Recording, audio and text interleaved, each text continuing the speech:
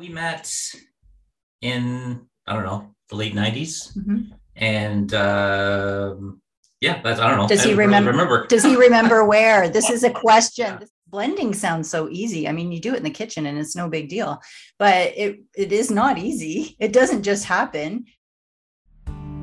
Take a girl and a guy, and they fall madly in love and form a family. Sprinkle in some counseling degrees and a doctorate, a dream of transforming relationships as we know it. And 20 years later, we give you power couple Dr. Ray and Jean Ketkodian. And this is Couples Synergy.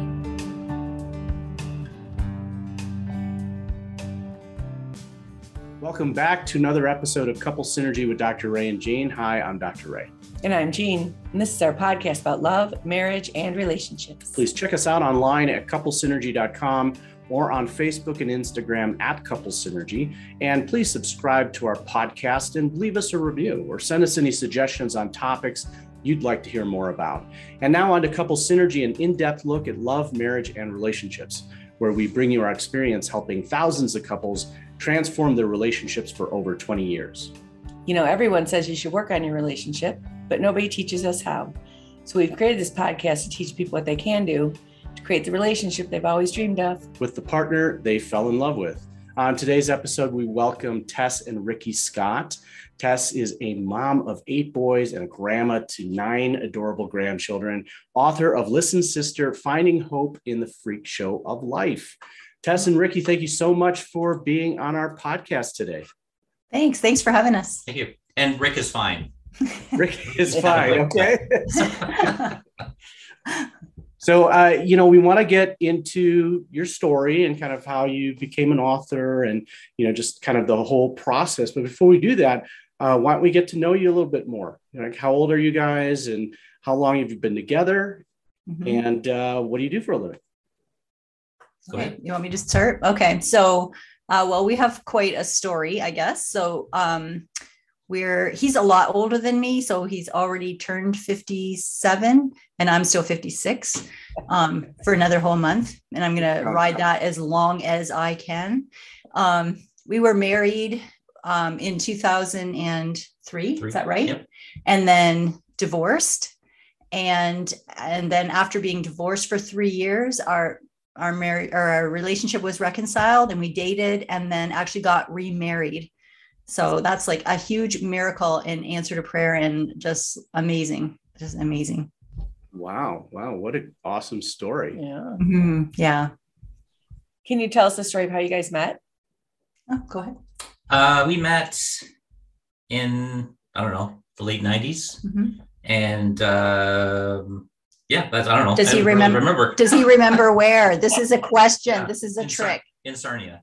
Yeah. That. We were taking, we were not together yet, and we were taking foster parenting classes. Oh. So we were doing that. We were both foster parents. So yeah, we met there initially the first time. What motivated you guys to take foster parenting classes? I don't know. I don't know. Like, it's because once we did it, like, it was really, really hard. Yeah. We had no idea, what that would be like, especially when you have kids, right? I think it wasn't suitable for the age of the children that we fostered, wasn't suitable for having the same age kids because they require so much attention. Yeah. It failed. Like, and that's why it fails a lot. Unless you're the right people. But a couple of kids that we had ended up in another home that had teenage girls. And they fit in beautifully, right? Because they got the attention they needed. Yeah. Plus, they come with, so much emotional baggage, I think, just based because they're in foster care for a reason, right? It's not like, the children's age is taking kids away. There's a reason why they're in that position. So it was pretty tough. Yeah. It was rough. It was rough on our own kids. And I think I wanted to do it because I grew up, my aunt and uncle were foster parents. And so my friends were foster kids, and they kind of came and went, and you think like, oh, I could help kids. There was a really need back then, like this is in the 90s. And so you want to help, but we learned a lot from that. Like Rick said, to the detriment of our kids sometimes, it was hard on them. It was really hard. Yeah, I think there's a fantasy about, everyone just needs a hug. Mm-hmm. Yeah. The reality is it's way more than that. And were you guys single people at the time? Yeah. No, we were married at the time. Yeah. Yeah. I think that like we learned from it. So it's important.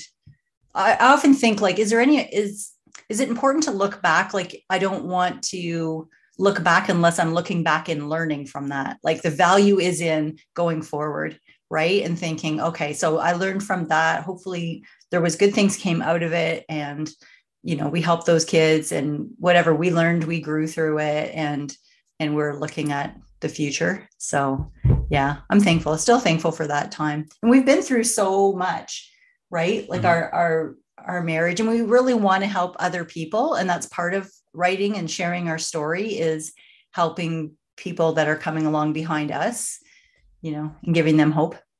How old were you when you guys first met? 37. Yeah. 37. Yeah. 36, right? Yeah. Right. Thank you. That's right. Yeah. That's and right. What age are your kids now? Our oldest son, like we have a blended family of 8 boys. Okay. So our oldest son is 37 and our youngest son is 18, almost 19. 19, yeah, 19. So it's a freak show. But we had 5 teenage boys at one time in our house. Like that is a lot of milk. That's what that is. A lot. And we adopted a special needs boy.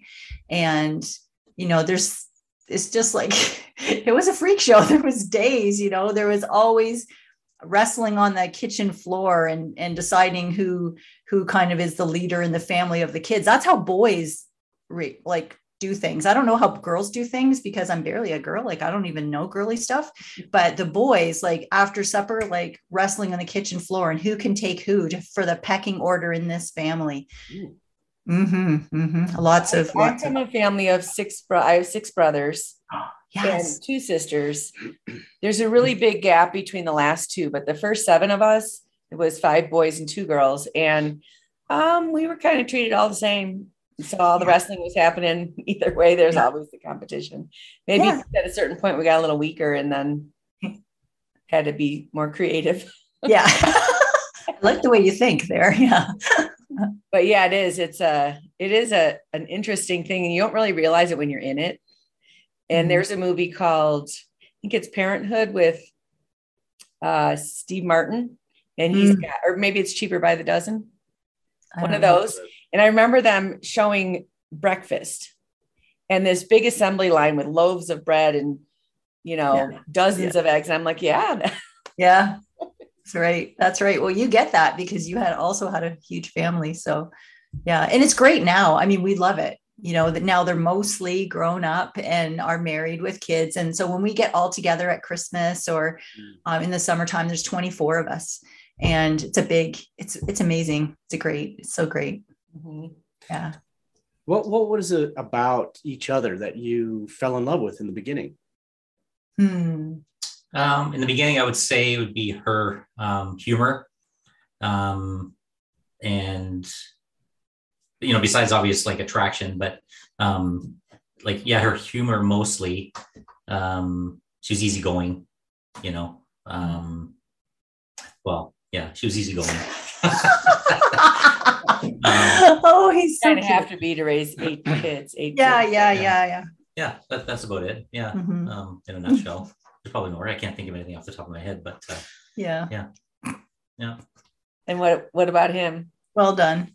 Rick's fun. I just love hanging out with him, and he's funny, and like we play tons of games.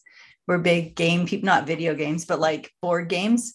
So we spend don't watch TV that much, but we spend tons of time like just doing stuff together, playing games together, which was great because that's what we did when we had all the boys. We didn't have a huge amount of money, but we played Settlers of Catan every single day for over a year. Like we were always just hanging out and doing stuff together. He's fun to be with.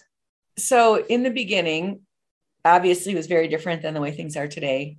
What were some of the things that were roadblocks for you guys that led to you guys splitting up for a bit? Okay. Oh, well, we were together for quite a while before we split up. Like 10 years. Like 10 years. Yeah. So I think a lot of the roadblocks were that we didn't learn from our first marriages. So there was baggage. There was, we didn't know how to communicate effectively, you know. And the communication part was probably the biggest thing, because after I say that, I can't think of anything else. Yeah. Like that, you know, really is the crux of everything in being in a marriage. And so when, in the time that we weren't together, we both learned how to, and I think independence too, right? Like how to just be independent, even in a relationship, right? Because I think a lot of the problems maybe I had was being able to spend time with my own two boys. As much as I love all my kids, at the time they were younger, they were much obviously young, and it was difficult to have time alone with just them, and I didn't know how to express that without either hurting Tess or hurting the other kids, right? Because they had their own, they had a father too, right? Like it wasn't like he was absent, so so that caused issues, right?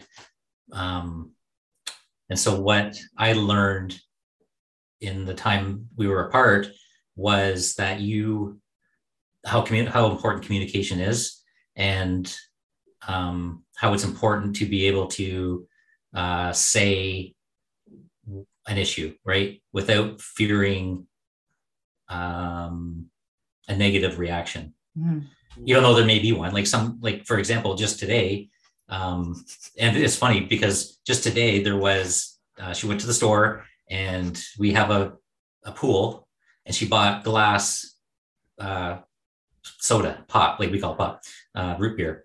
And first thing I thought was, oh no, we can't have glass at the pool, right? Because if it breaks, then there's glass everywhere. So, but I wanted to wait until after this podcast to bring it up, because I didn't want her to like, and then she brought it up before. She like, oh, actually, oh, we can't have glass at the pool, right? And I was like, oh, I was gonna mention that after the show. You know, and not that she would have been upset. No. But in our old life, right.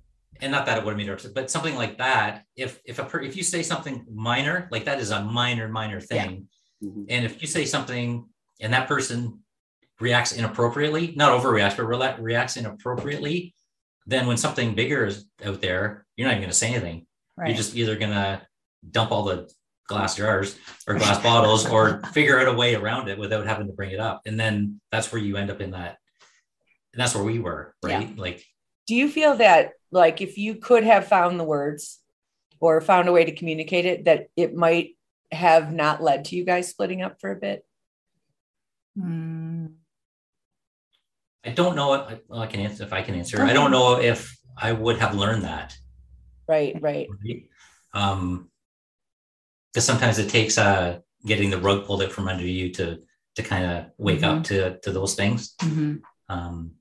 And in the time and going back to the independence thing, in the time that we were apart, she became very independent, and I noticed that first when we first started getting back together.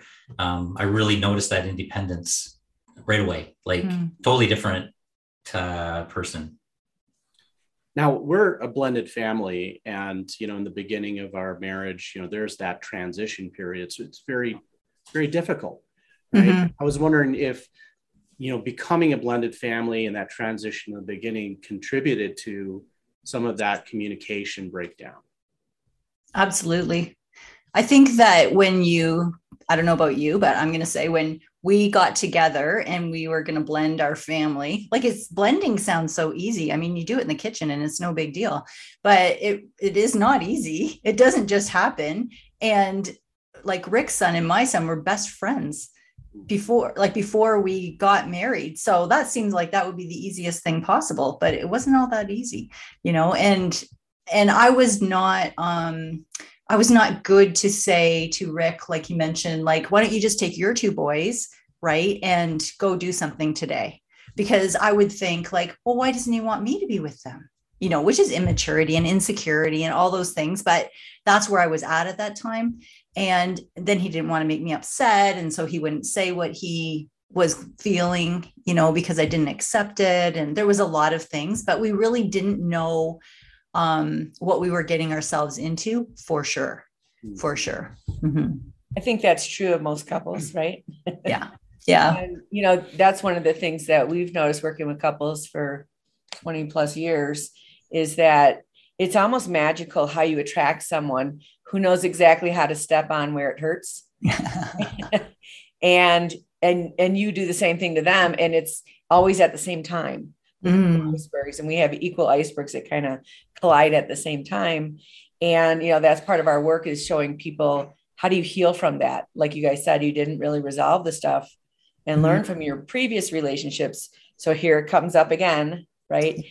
And we're so developmental that we don't know it when we're in it.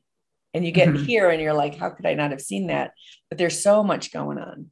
Yeah. Yeah. And there's just a lot going on in life. So it's not even like that there was hours that we sat in silence thinking about contemplating things. I mean, it was a freak show, man.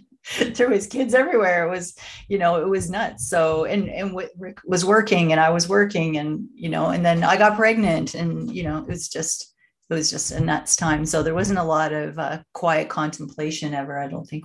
Were you contemplating ever? No. There was, and there was also the fact too that, when we first got married, I didn't have the greatest job. And so there was a time where, so I became a police officer at 40. And there was about a year or a year and a half where I had to take a big reduction in pay in order to get that job, which would have, it benefited because the income was better later.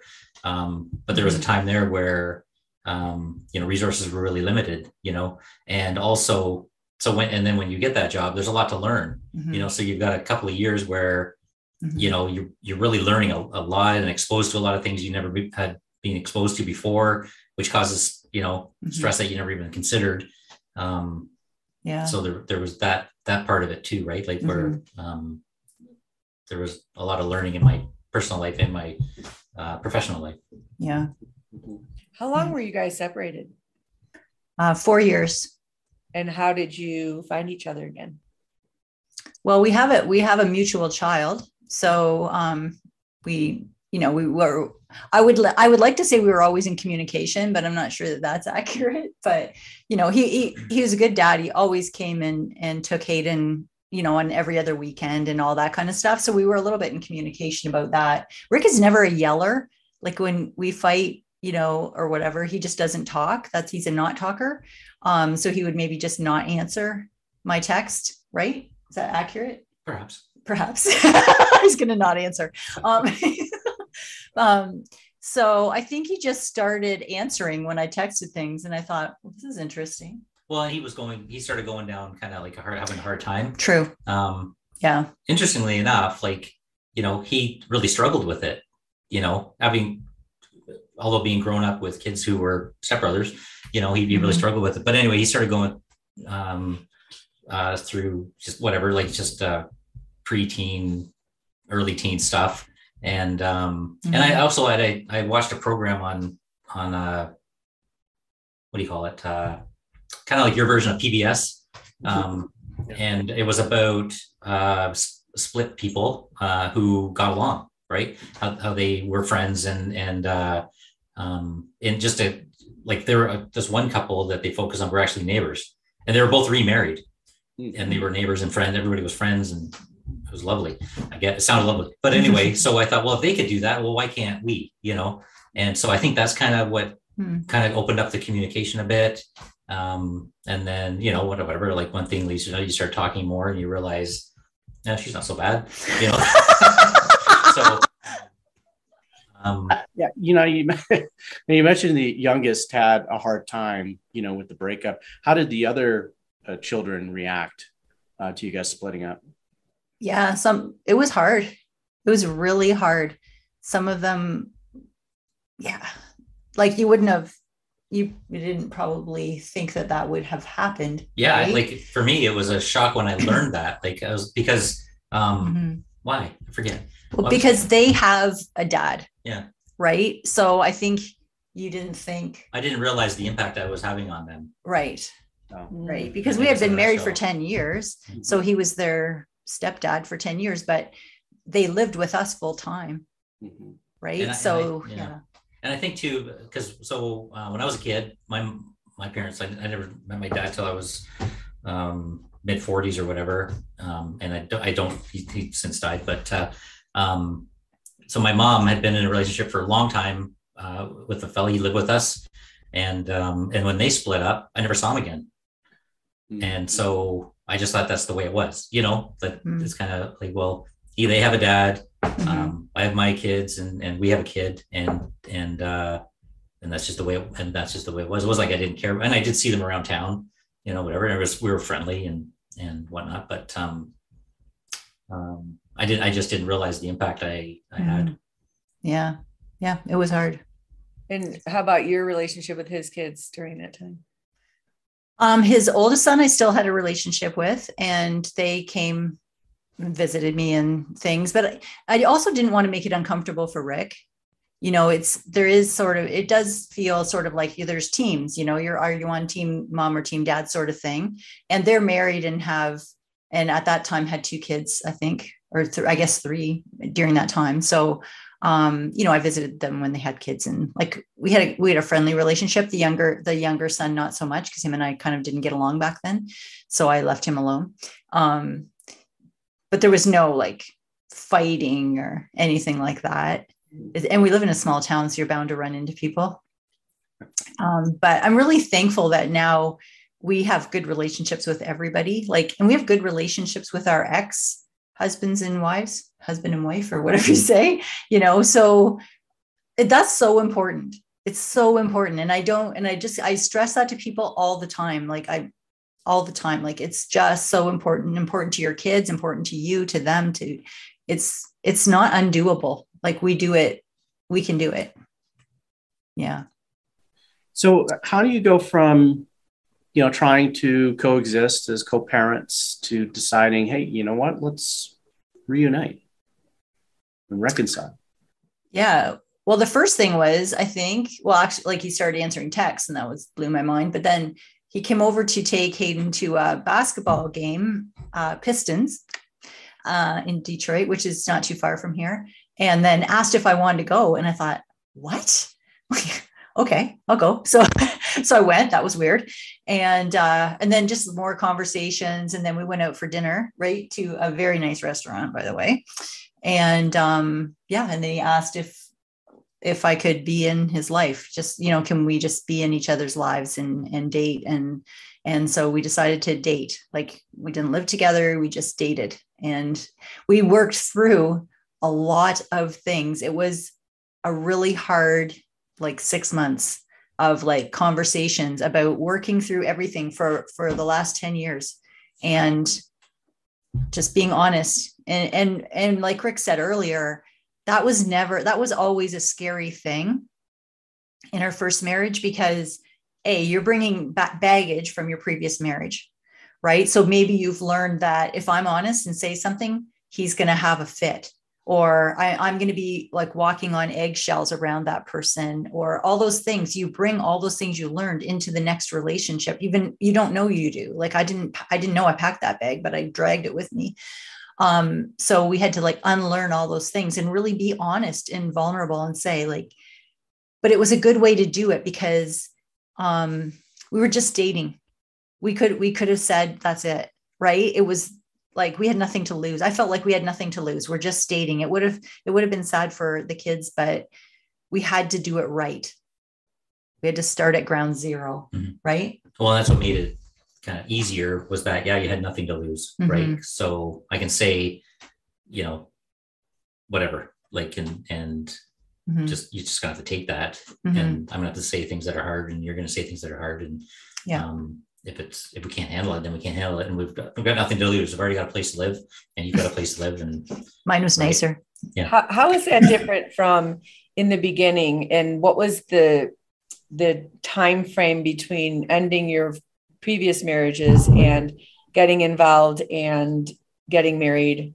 Did you have that time of dating and reflecting? And Not really. We should have had more time in between. Like I would, like now that I'm older and more mature and all those years of experience, I would think, you know what, it's good to have a year of not dating anyone, of just being on your own and learning and growing and figuring all those things out. But when you're young and you're just starry-eyed in love and, all these things, it's hard to accept that. I'm sure someone told me that. I'm sure lots of people probably told me that, but I wasn't going to accept that along the way. So, and that's a year after you're divorced, not just right. So, and I think too, because you don't want to put a new person through all the stuff that is entailed in a divorce, right? Because it's ugly and not fun, and I can't lost my train of thought, but if you have that time of aloneness, like where you can, you're alone at Christmas, you're alone for your birthday, you're alone for whatever other important parts of your life are, then that you can manage on your own, right? And then you're not scared in your next relationship of what it might be like, and I think that was also the thing too, where we've neglected to communicate in our first go marriage, was because, we were afraid, well, what if she leaves me? If I tell the truth, or if I mention this thing, then she can just go, right? Yeah. Because it's happened before. So, right. Yeah. Those are the two motivating emotions: fear of abandonment and fear of rejection. Yeah. Huge brutal fears that people have and do desperate things in relationships. And fear of engulfment. And fear of engulfment too. Right. Mm-hmm. Right. And, I like that analogy you're talking about packing that bag, or not knowing that you packed this bag, but you dragged it into the relationship with you. Mm-hmm. Because every couple goes through this, where they have to unpack their entire history with each other.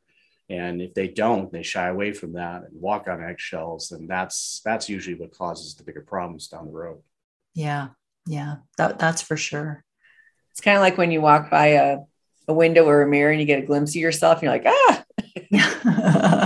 because you're not used to seeing yourself from that perspective. And that's what our partners do, is they reflect back to us things that maybe we aren't seeing or don't want to see, or it's just pretty unconscious because we're just surviving in life. And I really think too, it takes a level of, you use the word maturity, but I don't think it's stuff you can do in your 30s.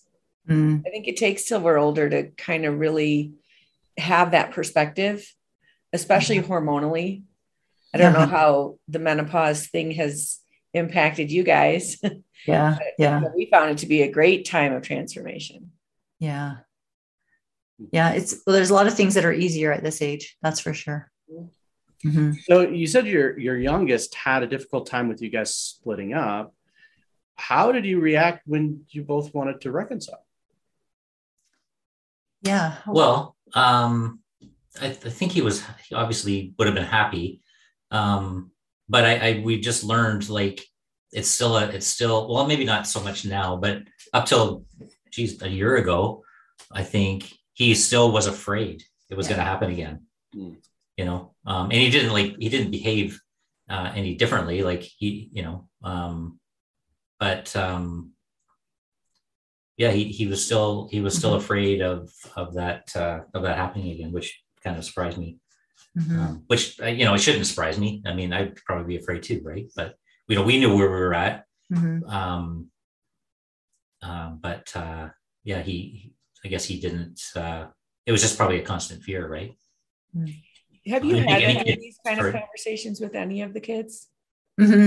Yeah, and when we got back together, Rick met with all the kids, because when we split up initially, it was Rick. It was his fault. No, it wasn't. I don't mean that. I'm just joking around. But he met with all of the boys before he came back and asked for forgiveness and talked about it, and made it right with them, which is like huge. It's a huge thing. It's humility, and like modeling that to them. Like, that's a man, I just love him for that. And talk to Hayden as well. So he really. But to answer your question too about his hard time, I think that, what we see going on or all over, in North America, Canada, and the States with all the just all the craziness. I think a lot of that has to do with the fact that fathers aren't involved in their kids' lives, right? Like and it's not, it's too easy to not be involved, right? The courts kind of are skewed against the fathers,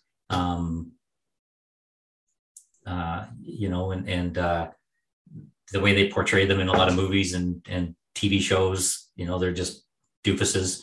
And we've lost that importance of fatherhood to children. There's a lot of important things, like both mothers and fathers are obviously valuable, but most of the time the father's absent, right? They get them every other weekend if they're lucky, and then when they do, they're financially they're struggling because once you split up, you've just cut both your incomes in half and doubled your expenses. So how does that make any sense? I think we both, and I recognized that was the important thing that he was missing, was his father. How did you come to that realization? You had said that it wasn't role model to you, and you didn't really know any better growing up. And so, where did that realization come? Well, I think from that, I still I had a strong, my grandfather was a strong influence in my life. But oddly enough, when I would visit them, which I visited them often, especially in the summer, I would spend most of my time with my grandmother. She would kind of steal me away and I'd help her do things, but we'd play games and so I didn't learn things from my grandfather that I wish now I had, because he was very, handy and could build things and fix things, and I cannot. I have two left hands and I think the message is that it's a man's job to maybe make money, but that there isn't a value in the personal relationship with the kids. How was it different for you when you did live all together as a father when they were younger versus when you left and had more of that, visitation type of relationship with them? I don't know if I understand the question. Were you an active father while you were married in either of your relationships, or were you also pretty absent even? No, I was active. As far as we would do sports to get, I would take them to sports, whatever sports activities they're involved in. I did the stuff that dads did. But yeah, when you're not home, then it just doesn't happen the same. It's not the same, right? You don't have that. You're missing things, or you're just you're not seeing that stuff up close. There's no opportunities to talk about it. They play, the kids will play one parent against another. They do that when you're in the house anyway, right? So when you're not even in the same house, imagine how they can get away with it, So that's why it's just vital that both parents are at home. One of the things that we notice in a lot of relationships is that if there's an issue between the partners, the mom tends to lean her emotional needs more on the kids and isolate more of the dad out because she's not getting her needs met by him. And then they don't have as much opportunity to get fathered. That makes sense. Yeah. Well, and that may be what happened with my relationship with my grandparents. I don't know, they've been gone a long time, but it's interesting. And just because, for example, you take my grandfather could have shown me an interest or developed an interest for me in woodworking. But it doesn't mean that I'm going to be ever interested in woodworking as a grown person, but the lessons that you learn from him, like just patience or what resourcefulness or whatever other skills you acquire from being a woodworker, other than being able to carve something or cut something, you can't replace that. Like character traits. And, Now, were you in law enforcement throughout your entire marriage? Mostly. We were together 4 years now, but once we first got together, that's when I embarked on that quest, I guess you want to call it, to become a police officer, because it took forever. They weren't the organization I'm with weren't hiring at the time. So it was a very lengthy, year-long process. Yeah. Doing a job I really didn't like.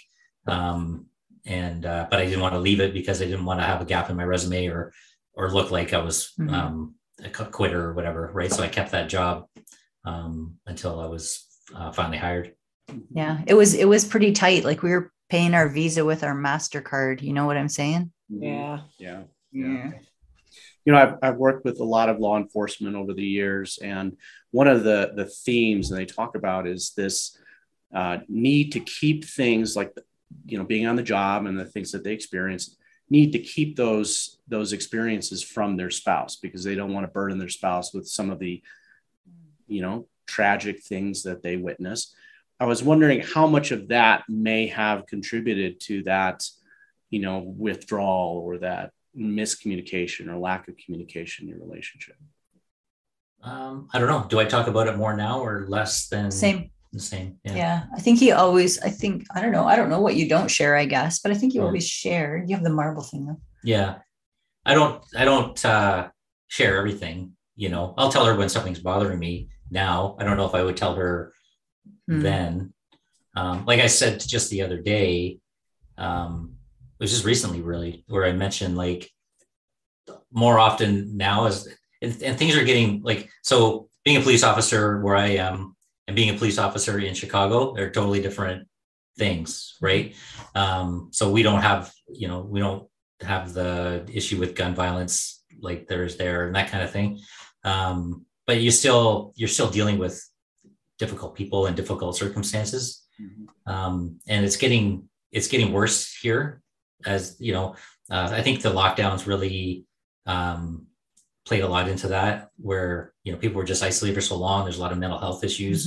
And there's more homelessness and drug abuse is awful. And so you're starting to see that just in your regular life.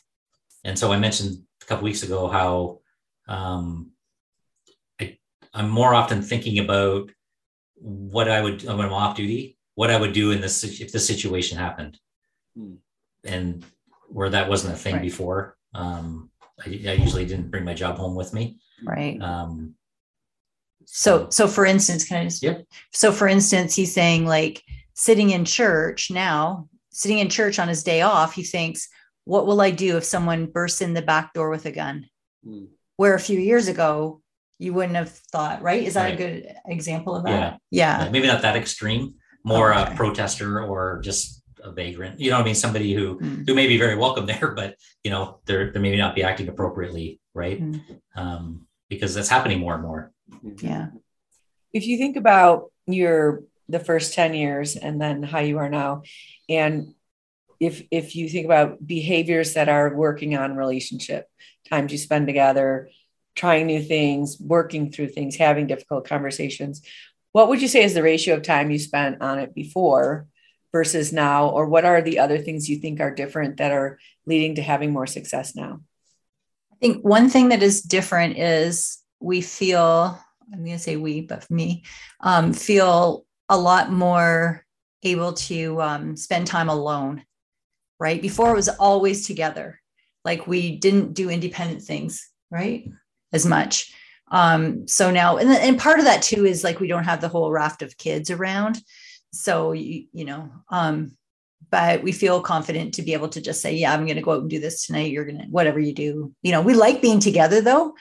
Right. Mm-hmm. Yes. We like being together. So, it's cool hanging out and playing games and stuff, but we each have our own individual lives too.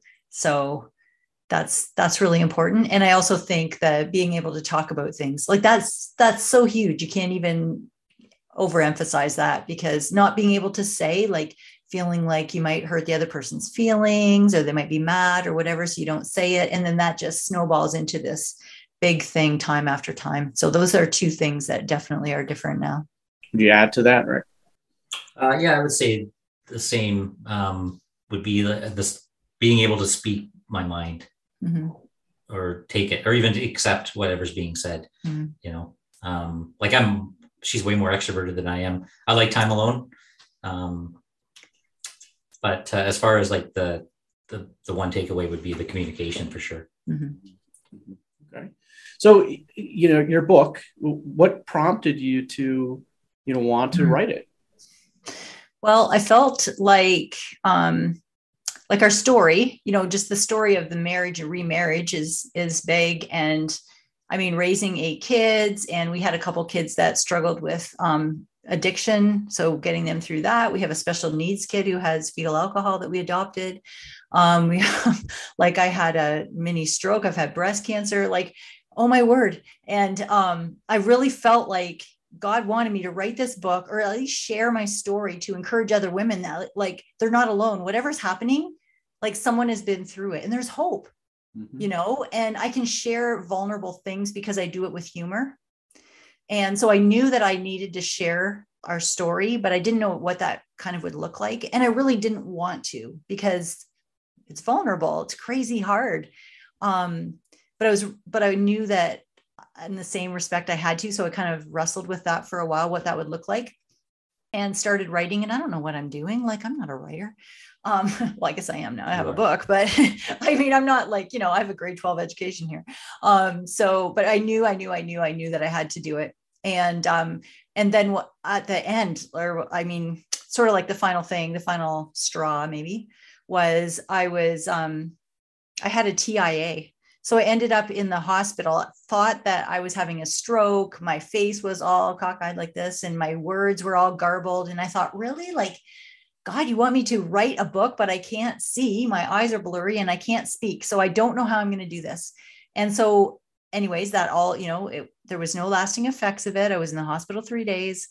And when I came home, I said to Rick, like, that was a false alarm. I'm so thankful. And Rick said to me, because he's an amazing man, he said, maybe it was a real alarm.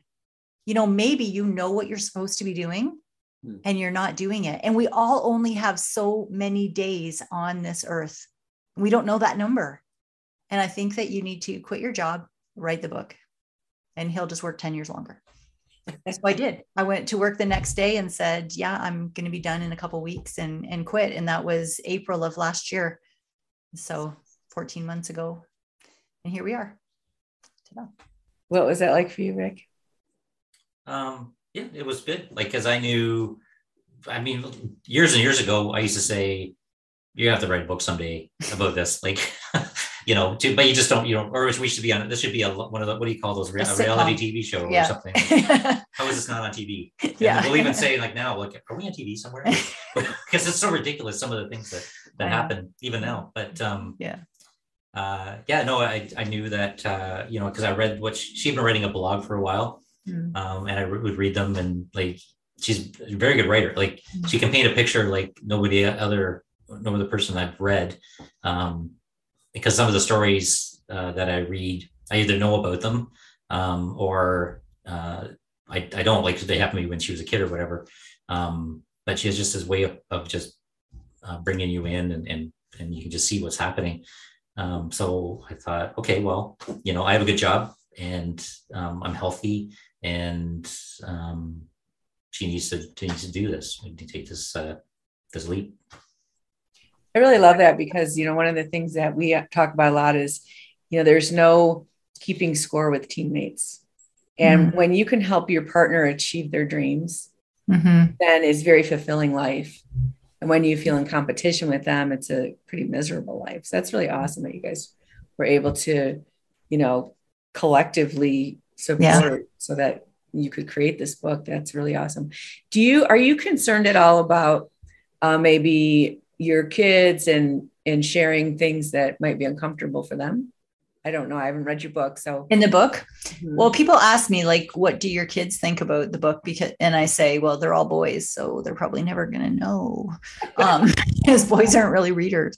But I did find out, I had a book signing on the weekend, and I found out that my son Cam and his wife read it together while they're driving, and she reads it, and he knows the story that's going to come up, because a lot of them are about him, because he's the most awkward of all the boys.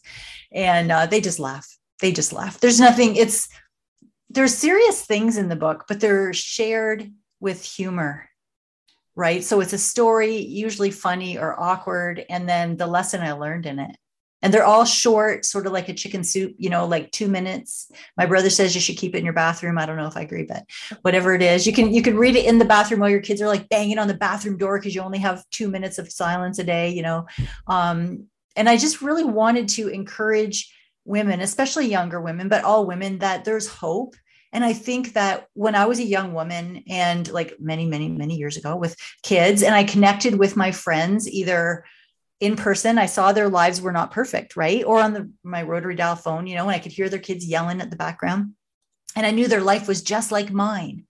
But now I think the next generation or this generation, they connect a lot on social.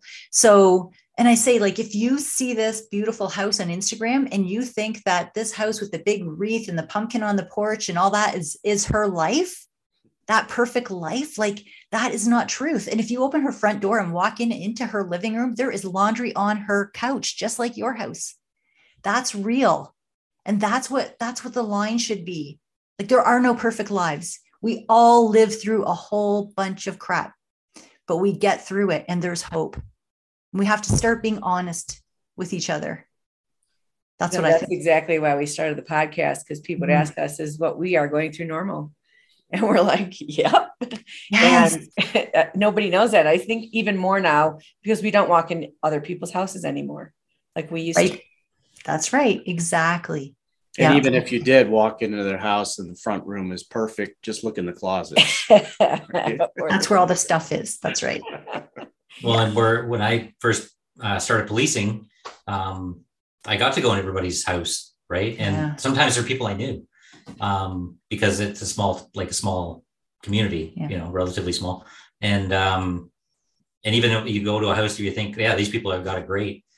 Man, it's a mess. Like, there's very few people that really ever have it together, despite what they'll show outwardly, and it's a shame, really, because people could benefit from each other's stuff. I know I've shared my stuff with guys I work with.